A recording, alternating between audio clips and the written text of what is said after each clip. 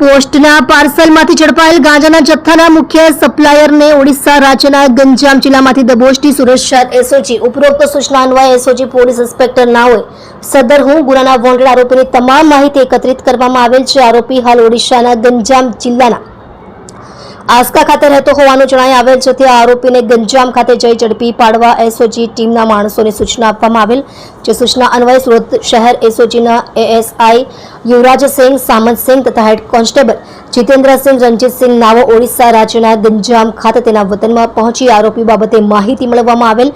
તે દરમિયાન આરોપી તેના ગામમાં જોવાની હકીકત મળતા તુરંત જ સ્થાનિક પોલીસની મદદ મેળવી આરોપી ટુના ઉર્ફે બાબુલા કામારાજુ બારીક ઉંમર વર્ષ 31, ધંધો ખેતી કામ, રહે રઘુનાથ નાગર આસ્કા, જિલ્લો ગંજામ ઓડિશા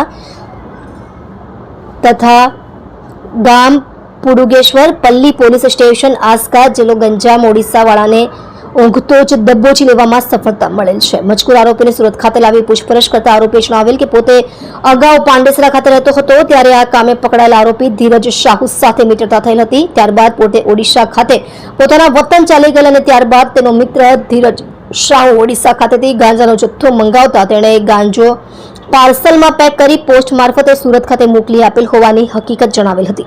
તમે જોઈ રહ્યા છો SD ન્યૂઝ ચેનલ ફેઝર શેખની સાથે।